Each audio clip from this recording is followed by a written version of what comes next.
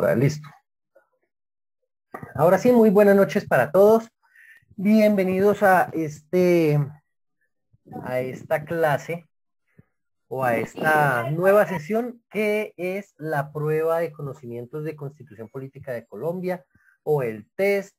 Este test lo vamos a desarrollar ahora entre todos. Ya todos ustedes tuvieron la oportunidad de desarrollarlo en la plataforma Hotmart, que es la plataforma que estamos utilizando para el curso. Y es donde está alojado todo el curso y donde va a estar alojado todo lo que todavía no se ha subido. Este año, muchachos, hay que estudiar bastante. Estuve mirando muy detenidamente los temas de estudio y hay unos temas que son muy largos. Muy largos. Y hay otros temas que más bien son muy corticos, bastante cortos. Entonces, la idea es que en los temas largos, pues tratemos de agilizar un poquito, obviamente sin pasarnos temas por ahí, dejarlos sin ver. Tenemos que ver todo, vamos a hacerlo con mucho cuidado, como lo hemos hecho siempre. La idea es que ustedes pues salgan de este curso aprendiendo y teniendo en cuenta todo lo que hay que estudiar. ¿Listo, muchachos? La idea es esa. Entonces vamos a empezar con la prueba de conocimientos de Constitución Política. Como se pudieron dar cuenta, en el módulo de Constitución, aparte de los videos, también está el PDF con todo lo que hay que estudiar de Constitución Política. Están las diapositivas, ya están las diapositivas, ¿cierto? Ya las publiqué, sí, creo que anoche mismo las publiqué. Sí, están muy buenas, profe, están excelentes. Listo, esas diapositivas ¿para qué sirven? Algunos dirán que eso para qué si ni siquiera dice nada. Esas diapositivas son muy importantes, muchachos, porque científicamente una persona aprende mucho más fácil cuando ve unas imágenes. Por eso utilizamos diapositivas en las clases. ¿Para qué? Para que esas diapositivas refuercen lo que se está hablando durante la clase o durante la explicación o durante la exposición. Entonces, ¿qué va a pasar? Que cuando ustedes vuelvan a entrar a las diapositivas y vean el muñequito, vean el dibujito, vean la foto, bueno, vean lo que hay ahí, su mente como que se va a transportar a ese momento donde estábamos hablando del tema y va a ser como una retroalimentación. Eso no lo digo yo, eso lo dicen los que saben del tema, los que saben de técnicas de estudio y todo eso. ¿Listo? Esa es la idea y ese es el objetivo de compartir las diapositivas con ustedes para que las vean y recuerden lo que se vio en la clase. ¿Listo? Y pues el test es para que se mida cuánto han aprendido en las clases, con los videos, con lo que han leído, en fin. Listo. Empezamos, muchachos. Pregunta número 1. Dice así. De acuerdo con la Constitución Política de Colombia, una persona detenida por una deuda puede ser enviada a prisión si se presenta dentro de las 36 horas ante el juez competente. A. O primera respuesta, bueno, ahí no sale por letras ni por números. Pero bueno, ahí lo vamos deduciendo, ¿no? Dice, A, esta afirmación es correcta porque no se puede pasar de las 36 horas. B, esta afirmación es incorrecta porque se debe esperar que se cumplan las 36 horas para presentarlo. C, esta afirmación es correcta porque es el juez quien lo debe enviar a prisión. O D, esta afirmación es incorrecta porque no puede haber prisión por deudas. Muchachos, ¿cuál es la respuesta correcta y por qué? La D.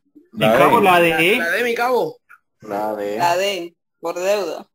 No hay prisión por deudas. No hay prisión por deudas. ¿Quién se acuerda en qué artículo encontramos eso? Artículo 28, mis 20. Perfecto, Jason. Entonces vamos al artículo 28 de la Constitución Política de Colombia. Ese artículo hace parte de los Derechos fundamentales. de los derechos fundamentales, claro que sí.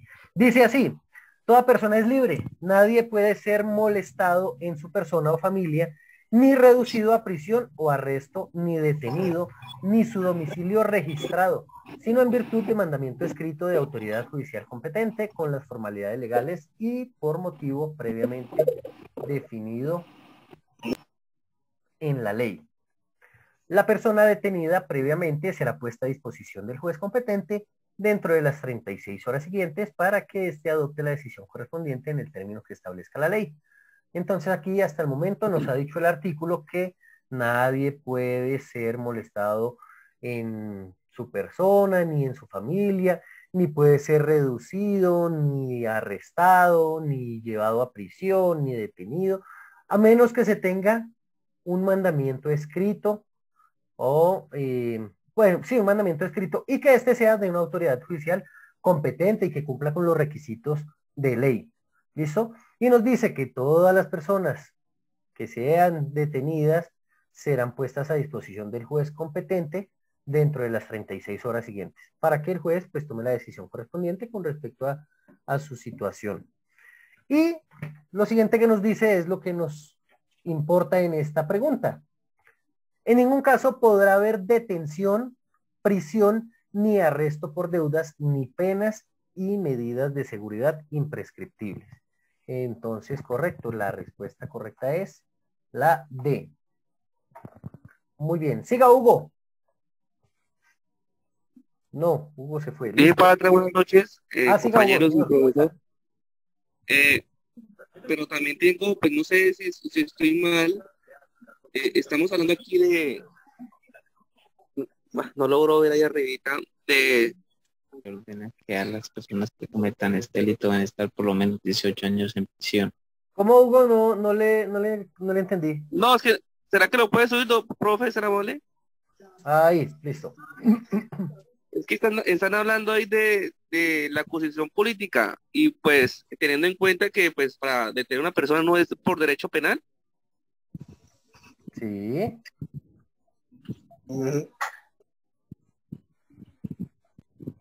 Sí, bueno, pero aquí lo que nos está diciendo o lo que nos están preguntando es si una persona detenida por una deuda puede ser enviada a prisión, pero el artículo nos está diciendo claramente que nunca se puede detener a una persona por una deuda.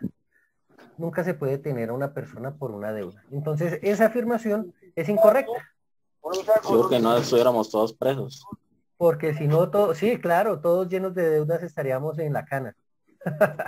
Sí, claro. Todos los de datacrédito, los reportados. Eso, datacrédito sería como la base de datos de los... Por no pagar el curso, también. Eso, vean, los que no paguen el curso, encanados. Listo, muchachos, bien. Segunda pregunta, dice, Pablo fue condenado a 13 años de prisión por el delito de homicidio. Sin embargo, cuando Pablo lleva 5 años de prisión, una nueva ley ordena que a las personas que cometan este delito deben estar por lo menos 18 años en prisión. A. Pablo deberá completar los 18 años en prisión. Muchachos, mantengamos los micrófonos apagados, por favor. ¿Listo? Vuelvo a leer las respuestas. Dice A. Pablo deberá completar los 18 años en prisión. B. Pablo únicamente deberá pagar los 13 años en prisión. C. Pablo quedará exonerado. O D. Ninguna de las anteriores. B. La B. La B. Pablo únicamente deberá pagar los 13 años porque ya está condenado. Si sale otra norma al día siguiente, ya no le aplica. La B. Correcto. ¿Y en qué artículo lo encontramos? ¿Quién se acuerda? Será condenado por los dos partes. Esa respuesta la encontramos en el artículo 29, el debido proceso. Dice, el debido proceso se aplicará a toda clase de actuaciones judiciales y administrativas.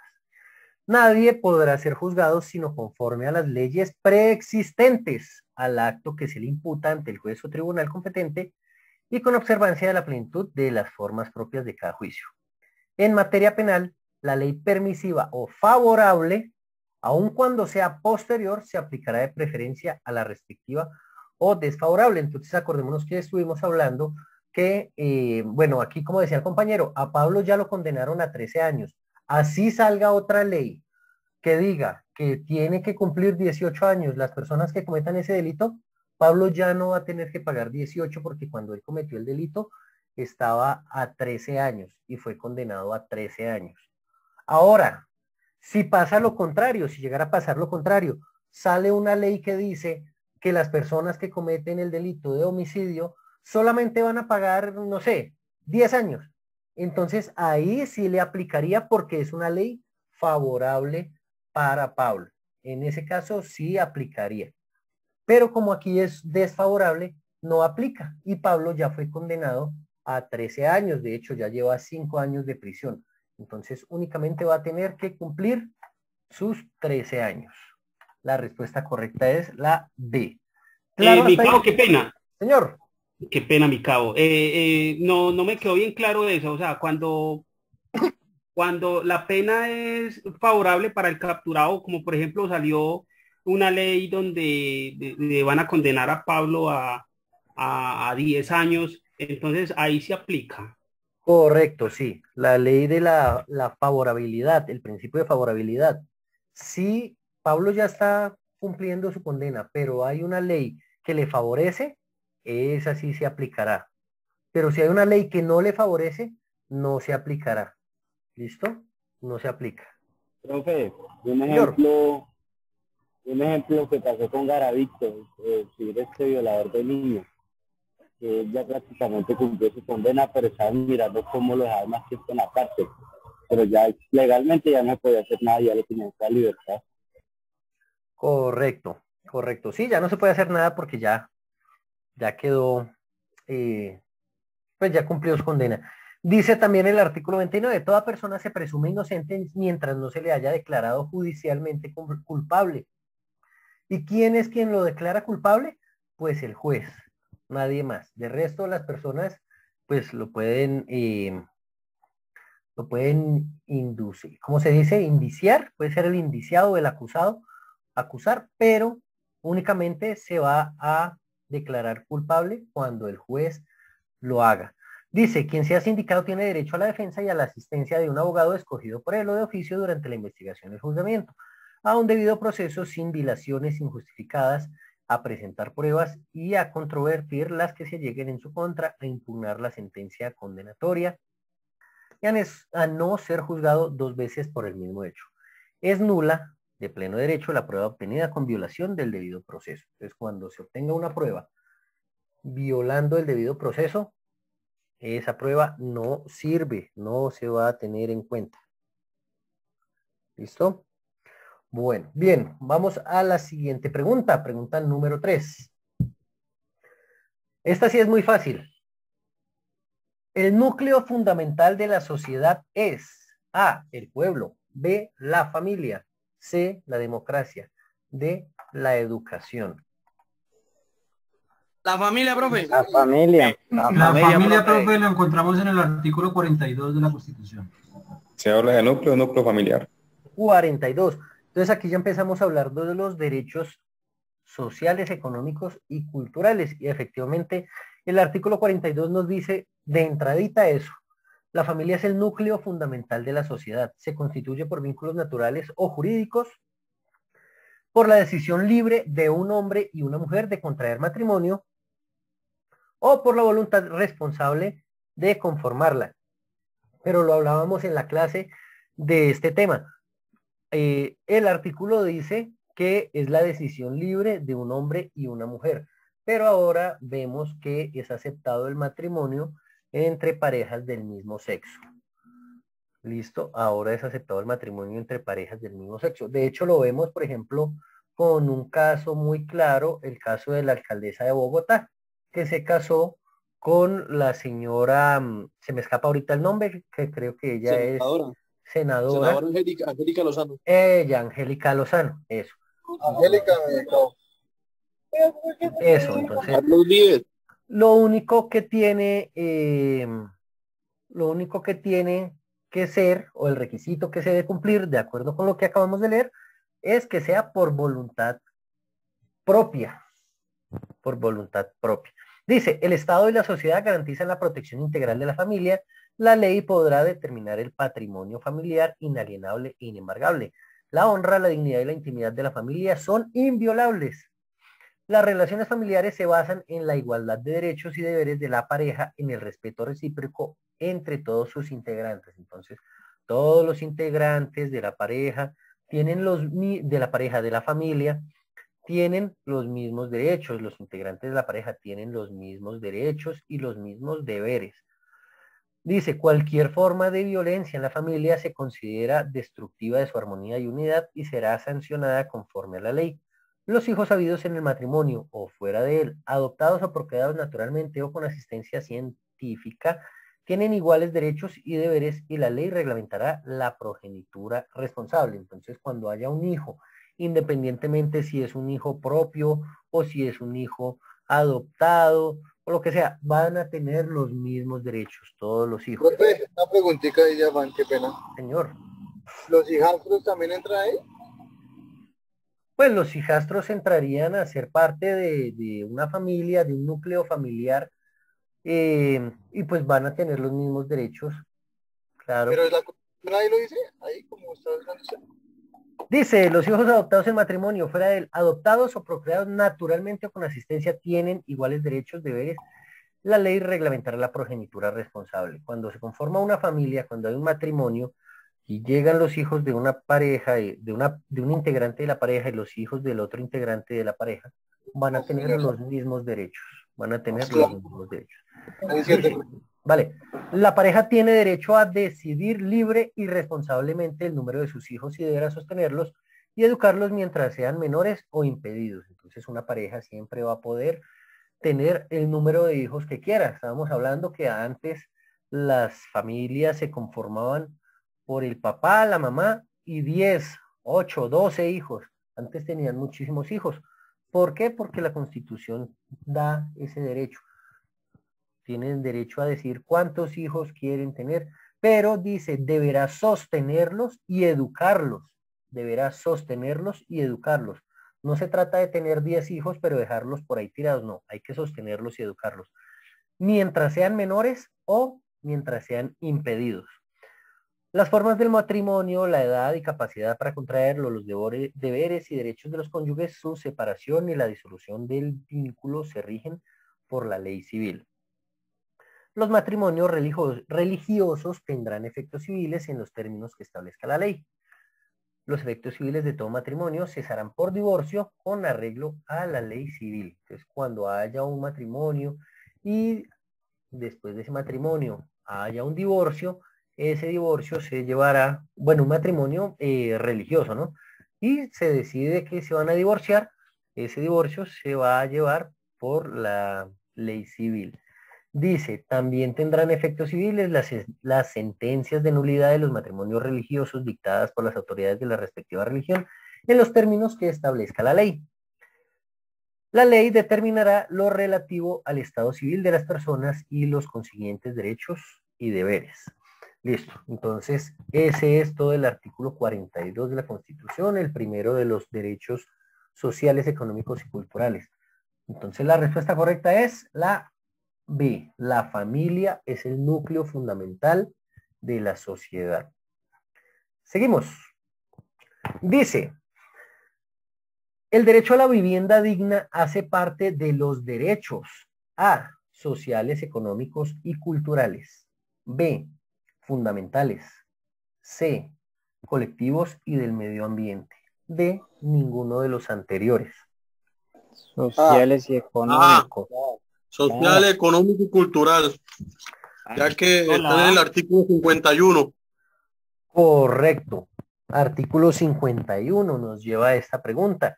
El artículo 51 nos dice eso. Todos los colombianos tienen derecho a vivienda digna. El Estado fijará las condiciones necesarias para hacer efectivo este derecho y promoverá planes de vivienda de interés social, sistemas adecuados de financiación a largo plazo y formas asociativas de ejecución de estos programas de vivienda.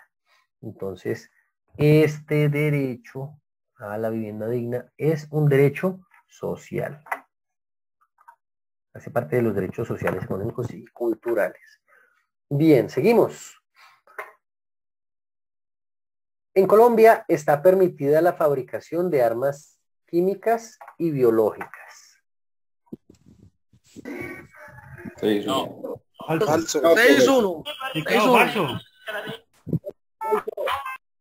Listo, ¿sí o no? ¿Y por qué? Por ahí dicen que no. No. Está en el artículo 81. Listo, entonces, correcto. Vamos al capítulo 3 que habla de los derechos colectivos y del ambiente. Y en ese capítulo encontramos el artículo 81, que es el que dice, queda prohibida la fabricación, importación, posesión y uso de armas químicas, biológicas y nucleares, así como la introducción al territorio nacional de residuos nucleares y desechos tóxicos. El Estado regulará al país la salida el Estado regulará el ingreso al país y la salida de él de los recursos genéticos y su utilización de acuerdo con el interés social. Entonces, ahí claramente nos dice el artículo que... Profe. Señor. Como quien dice, o sea, de pronto, como en otros países que tienen plantas nucleares, crean bombas atómicas y eso, que tienen arsenal atómico así, acá en Colombia eso no se podría por ley, ¿cierto? Aquí en Colombia no se puede hacer eso porque está prohibido el uso de armas químicas, biológicas, nucleares, todo eso en Colombia está prohibido. Prohibido, lo prohíbe el artículo 81 de la Constitución. ¿Cómo vamos hasta ahí, muchachos? Muy bien. Muy bien, profe. Bien, profe. Bien, sí, señor. Listo, seguimos. Dice, defender y difundir los derechos humanos como fundamento de la convivencia pacífica es un deber de todas las personas, es un deber del Estado, de la policía o de las universidades públicas. ¿A quién le corresponde ese deber de defender y difundir los derechos humanos como fundamento de la convivencia pacífica? A todas las personas. Todas las personas. Mecanismos de protección. Todas las personas, ¿dónde encontraremos esa respuesta? Artículo 95 de los deberes y Los deberes. Correcto, entonces vamos al artículo 95 y creo que está en el numeral 4, 3 o 4, si no estoy mal, en el 4, sí. Bueno, el artículo 95 ya hace parte de los deberes y obligaciones, capítulo 5 de la Constitución, los deberes y obligaciones.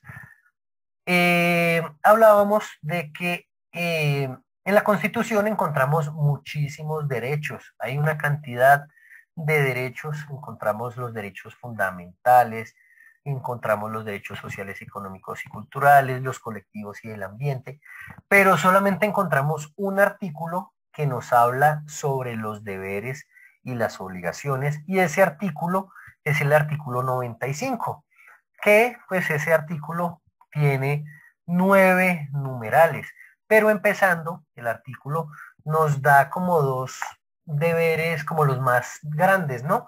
Dice, la calidad de colombiano enaltece a todos los miembros de la comunidad nacional. Todos están en el deber de engrandecerla y dignificarla. Entonces, empezando este artículo nos dice, todos los colombianos tenemos el deber de engrandecer la calidad de colombiano y dignificar esa calidad que tenemos de ser colombianos. El ejercicio de los derechos y libertades reconocidos en esta Constitución implica responsabilidades. Entonces, así como la Constitución nos da unos derechos y unas libertades, también nos está dando unos deberes y unas obligaciones que debemos o que tenemos que cumplir como ciudadanos. Y entre esas, pues encontramos el numeral 4, que dice, defender y difundir los derechos humanos como fundamento de la convivencia pacífica. Toda persona está obligada a cumplir la Constitución y las leyes, empieza esa parte. ¿Son deberes de la persona y del ciudadano? Entonces vamos al numeral 4. Defender y difundir los derechos humanos como fundamento de la convivencia pacífica. Entonces, la respuesta correcta es... Todas las personas. Todas las personas, correcto. Todas las personas tienen ese deber, esa obligación. Bien, muchachos, seguimos. Acordémonos, muchachos, y hago la aclaración nuevamente.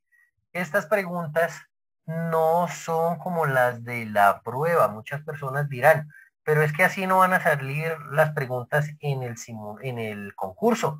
Claro, así no van a salir las preguntas en el concurso, porque esto no es un simulacro. Esta es una prueba de conocimientos. Aquí lo que estamos haciendo es medir qué tanto hemos aprendido con los videos y en las clases en vivo.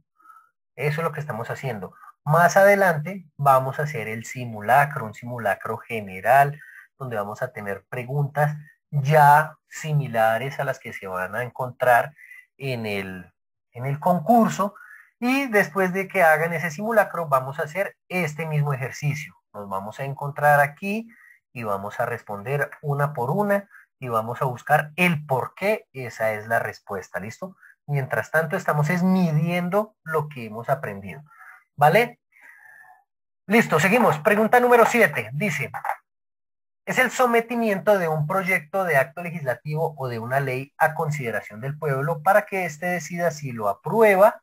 Uy, ahí quedó mal escrito. Bueno, es si lo aprueba o lo rechaza, total o parcialmente. A, plebiscito, referendo, consulta popular o voto. ¿Cuál es? Referendo, profe. Referendo, porque el referendo lo encontramos en el artículo 103 y puede ser aprobatorio o derogatorio. Correcto. En el artículo 103 ya empezamos a hablar de los mecanismos de participación, ¿cierto? Mecanismos de participación. ¿Cuántos mecanismos de participación dijimos que eran? 7. 7. ¿Cuáles eran? Voto, plebiscito, referendo, consulta popular, referendo, revocatoria de mandato y cabildo abierto. Correcto. Ahí están los 7. Listo, entonces vamos al artículo 103 y en el artículo 103 aquí hay un problema con una página de internet de la registraduría, no deja ingresar. Bueno, el artículo 103 nos dice, son mecanismos de participación del pueblo en ejercicio de su soberanía, el voto, el plebiscito, el referendo, la consulta popular, el cabildo abierto, la iniciativa legislativa y la revocatoria del mandato. La ley los reglamentará. Entonces, ahí vimos que cuáles son esos mecanismos de participación. Dice que el referendo es la convocatoria que se hace al pueblo para que apruebe o rechace un proyecto de norma jurídica o derogue o no una norma vigente. ¿Listo? Ese es el referendo. ¿Claro hasta ahí, muchachos? Sí, señor. Referendo. Señor. Una preguntita. Uno de los mecanismos de participación. Señor. Profe, o sea, yo sí en esa fue la única que me equivoqué, porque, o sea, estamos entre referendo y plebiscito que prácticamente, o sea, tienen casi un mismo significado, simplemente que el plebiscito lo convoca el presidente y el referendo el pueblo. Pero entonces en la pregunta dice es el sometimiento, da el significado nomás, no dice ni quién lo convoca. Pues en ese sentido yo ahí sí erré la respuesta. Pero es que está hablando de una ley. Yo también hice lo mismo, profe. Yo también hice lo mismo porque aprueba y desaprueba. ¿Sí? Pero tengan en cuenta que el referendo es para las leyes, el plebiscito es para una decisión, una acción que quiera tomar el presidente. Para ver cómo de igual forma, la misma vaina porque no es lo mismo teniendo en cuenta. Acuérdese cuando iban a sacarle el tema de lo de las FARC. Tienen que leer bien la pregunta y dice a consideración del pueblo. A consideración del pueblo, para que si el pueblo lo acepta, lo rechaza. El pueblo es el que prácticamente acepta el referendo. Por eso es que es el referendo. Si ahí hubiera dicho que el presidente convoca, que es diferente, pero solamente es consideración del pueblo. Por eso es que es referendo. Correcto, muchachos. No, o sea, los dos están a consideración del pueblo. Los dos. Sí, pero es que usted no tiene que leer en el sometimiento del proyecto. Y el otro lo convoca al pueblo, pero los dos están a consideración del pueblo. Correcto, pero muchachos, el plebiscito es convocado por el presidente y eso es para que el pueblo apoye o rechace una decisión que pretende tomar el Ejecutivo, una decisión, por ejemplo, que pretende tomar el presidente. No se ha tomado esa decisión, es una decisión que pretende tomar. Ahí está claro. Muchos mantengamos los micrófonos apagados para podernos entender. ¿Quién me estaba hablando? Ahí está clara, como usted lo explica, mi cabo, porque el plebiscito es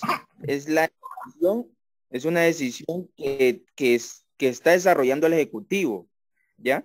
Y que para que el pueblo se pronuncie, para que apoye, para que el pueblo se manifieste. El referendo es como está ahí, habla exclusivamente es el sometimiento de un proyecto legislativo para aprobar o rechazar una ley. Eso es claro. Claro, y acordémonos que existe el referendo aprobatorio y existe el referendo, ¿cuál es el otro? Derogatorio. Eso, entonces, el aprobatorio es para poner a consideración una ley para ver si el pueblo la aprueba o la rechaza, ¿cierto? Si la aprueba o la rechaza la totalidad de esa ley, o solamente una parte, parcialmente, de esa ley. ¿Listo? Pero ahí estamos hablando de una ley o de un acto legislativo. Mientras que cuando hablamos del plebiscito, hablamos de que es una situación o una decisión que pretende tomar el Ejecutivo, ¿vale? Es una decisión que pretende tomar. Entonces, cuando hablamos de la consulta popular, ¿hablamos de qué? Qué pena. Listo. ¿Quién se acuerda de cuál es la consulta popular?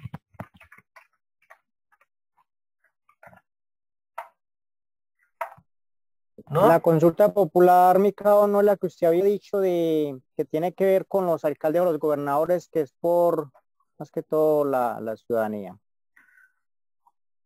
Más que todo, no firmas.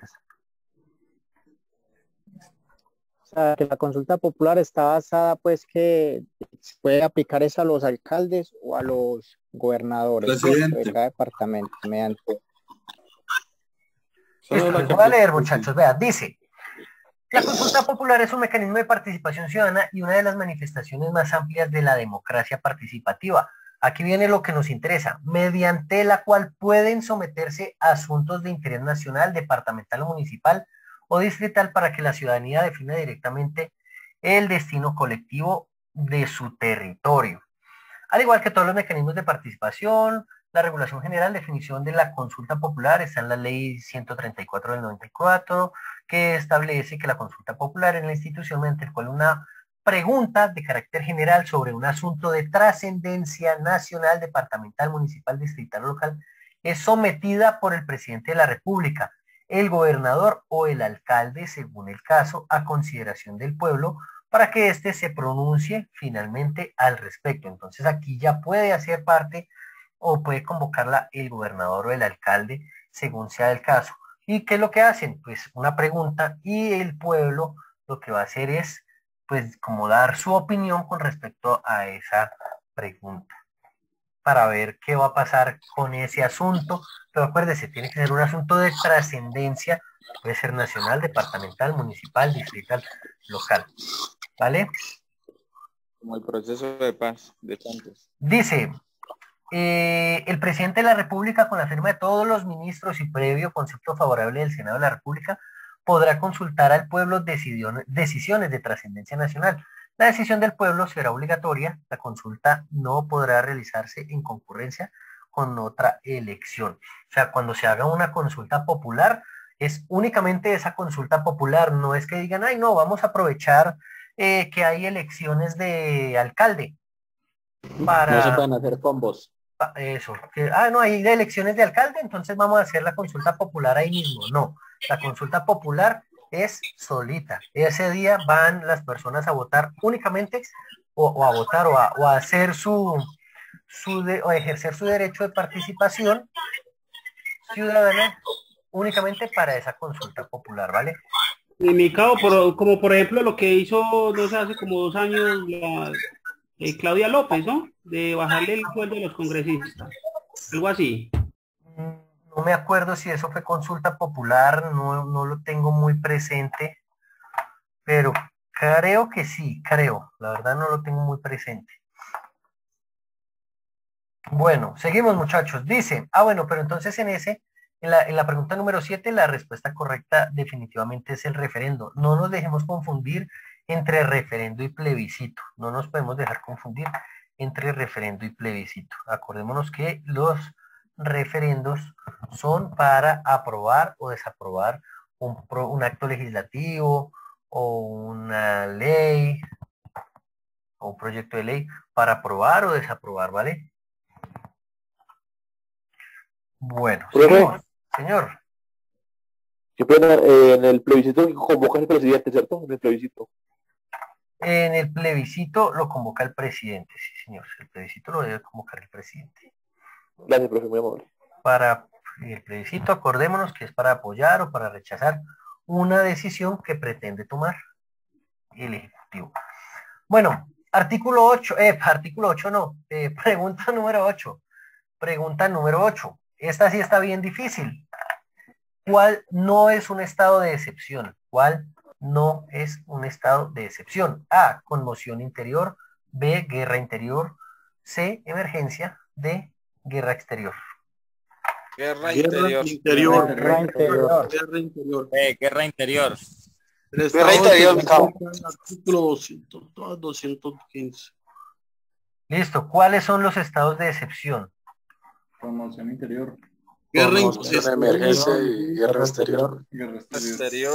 Conmoción interna. Interior y estado de emergencia.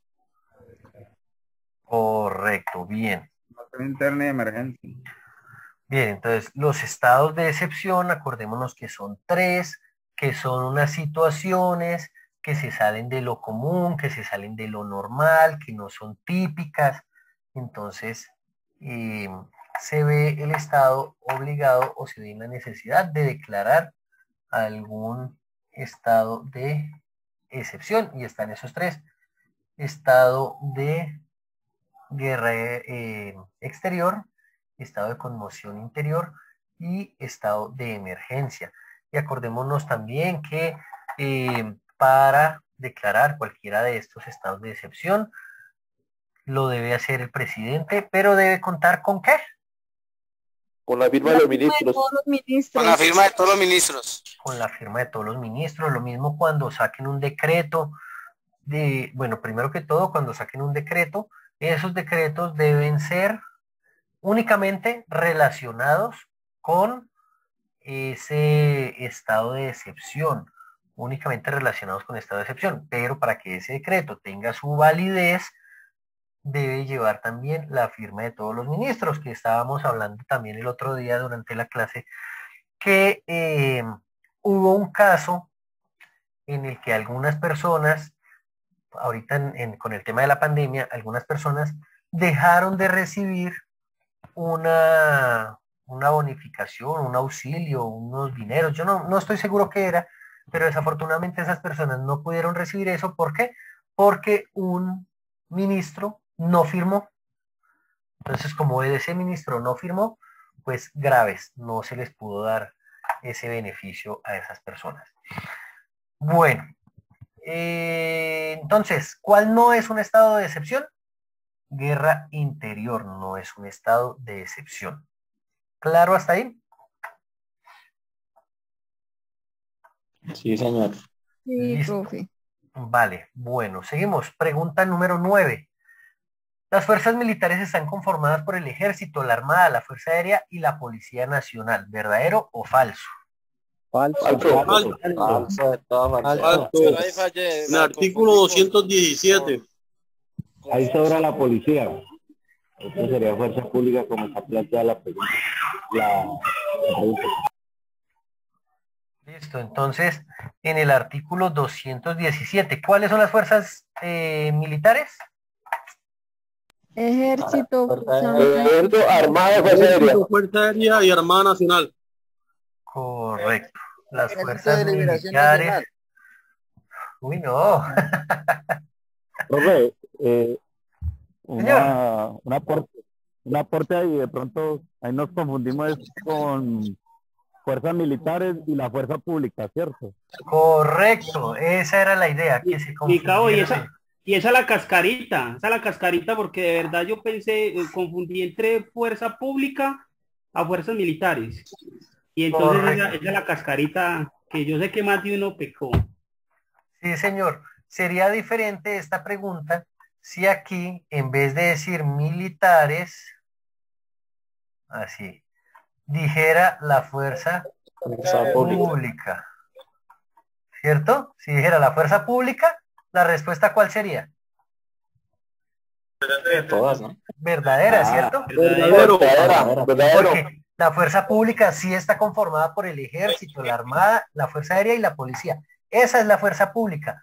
Pero las fuerzas militares únicamente son ejército, armada y fuerza aérea. Policía no es una fuerza militar. Acordémonos que lo vimos. Policía es un cuerpo armado de naturaleza civil. Correcto. La policía es civil. Es civil. Artículo 218. Correcto, en el 218. Que la policía tiene su uniforme y utiliza armamento, pero es civil. Los militares son los señores y señoras del ejército, armada y fuerza aérea. ¿Claro hasta ahí? Sí, profesor. Entonces la respuesta es verdadero, ¿cierto? Falso, mijo. Claro, la respuesta es falso. Las fuerzas militares están conformadas por ejército, armada y fuerza aérea únicamente. Policía no. Bien, seguimos. Dice, el supremo director del Ministerio Público es el presidente de la República, es el Senado, es el procurador general o es el pueblo. ¿Quién es el supremo director del Ministerio? El procurador general de la Nación. Artículo 275. 275, lo estuvimos viendo anoche, ¿cierto? 275, aquí lo estoy buscando para leerlo. Bueno, eso hace parte del título 10 de los organismos de control. Acordémonos que los organismos de control, ¿cuáles son? Contraloría, Procuraduría y Defensoría del Pueblo. Organismos de control, generalizando, son dos, muchachos. La Contraloría. Uy, hay un ruido por allá. La Contraloría y el Ministerio Público. ¿Listo? Los organismos de control son dos, la Contraloría y el Ministerio Público. Dentro del Ministerio Público encontramos la Procuraduría, encontramos la Defensoría del Pueblo. Y Personería. Y hablábamos de la personería. Y de ahí depende la Defensoría. Muchachos, hay alguien que tiene un ruido por allá horrible. Ey, cierren eso. Listo, entonces dice el artículo 275, empezando el capítulo 2 que habla del Ministerio Público. El Procurador General de la Nación es el supremo director del Ministerio Público. El procurador es el supremo director del Ministerio Público. Estuvimos hablando ayer de cuáles son las funciones del procurador, de cuáles son las funciones también vimos lo del el auditor general, ¿fue? ¿Cierto? Sí, señor. Sí, señor. El defensor del pueblo, todo eso también lo estuvimos viendo ayer en este tema. Entonces, aquí la respuesta correcta es...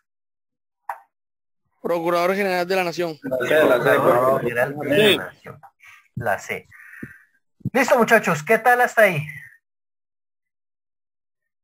Muy fácil. Muy bien. Bien. Listo. Recordemos, la idea de este ejercicio, o la idea de este ejercicio, no es hacer como un simulacro, sino que nos acordemos de lo que estuvimos estudiando. Únicamente eso, que midamos qué tanto aprendimos o qué tanto entendimos del tema de la Constitución Política de Colombia, ¿vale? Se supone que yo le doy aquí, he terminado de ver el resultado y ahí debe salir 10 de 10. Vamos a ver si eso es verdad. Ahí está, 10 de 10, has acertado 100%. Señor. Le pregunto, las clases esas que ya ustedes vieron de lectura crítica, ¿ya ustedes terminaron de ver todas las clases, 60? ¿O todavía faltan? Por ahora ya vimos, pero por ahí a mitad del curso vamos a ver otro poquito de lectura crítica, de razonamiento cuantitativo, ¿listo? Por ahí a mitad del listo, curso.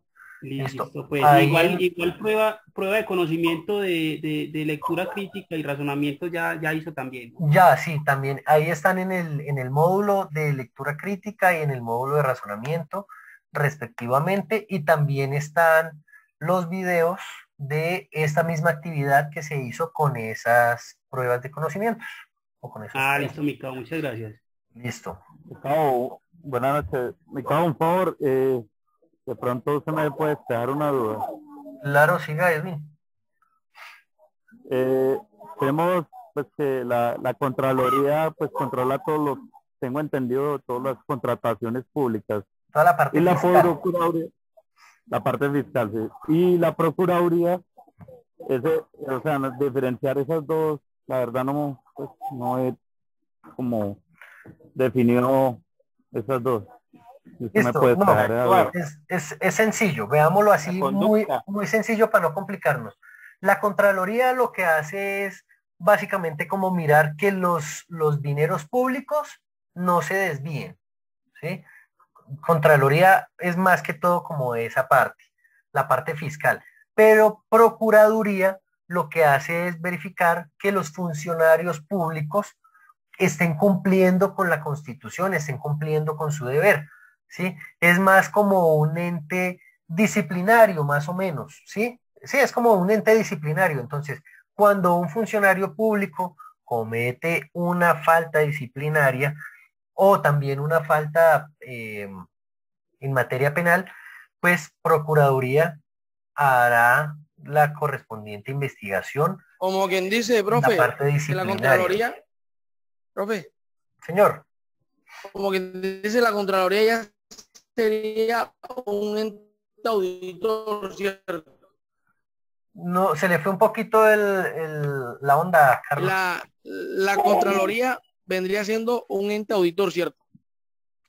Sí, eso sí, la Contraloría lo que hace es verificar que los fondos estén donde deben estar, que el dinero está donde está, que se lo están gastando en lo que es, en lo que corresponde. Básicamente es eso, el control fiscal. Claro, profe, la Procuraduría. Señor. La Procuraduría es un ente disciplinario porque es el poder preferente. Correcto, la Procuraduría. Pero acordémonos que Contraloría también tiene un poder preferente. Contraloría también tiene un poder preferente cuando se trata de algún caso que sea relevante, que sea hallado por alguna Contraloría regional. Entonces, ¿qué pasa? Contraloría General dice, venga para acá ese caso que yo lo voy a adelantar, yo voy a realizar esa investigación o voy a hacer lo que corresponda. Lo mismo pasa con Procuraduría, que pusimos el ejemplo de los policías con el caso del taxista ese que estaba borracho y que supuestamente lo metieron al CAI y le pegaron y lo mataron y no sé qué. ¿Qué pasó?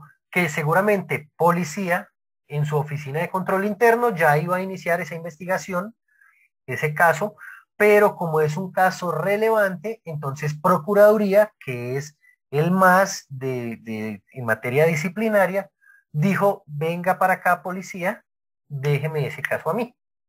¿Sí? Entonces Procuraduría tiene la potestad de adelantar los casos que considere necesarios. Pero, pues obviamente, las oficinas de control interno, pues le tienen que dejar ese caso.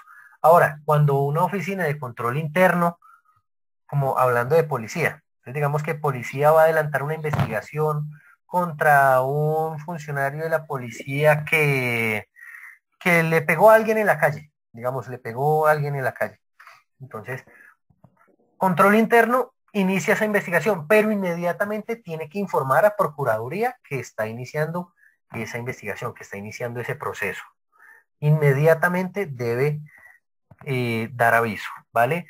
Eso lo hubiéramos visto en la 734, pero este año la 734 ya pierde su vigencia a mitad de año, entonces ya no lo veremos, pero hay otra ley que la va a reemplazar, pues, la 734, que es el Código Disciplinario Único. Sin embargo, vamos a ver un poquito de eso cuando veamos 10-15, un poquitico de eso. ¿Listo? Las dos tienen funciones de policía judicial. Ah, bueno, también, sí, señor. Las dos tienen funciones de policía judicial dentro de su competencia, Tienen funciones de policía judicial dentro de su competencia. Listo.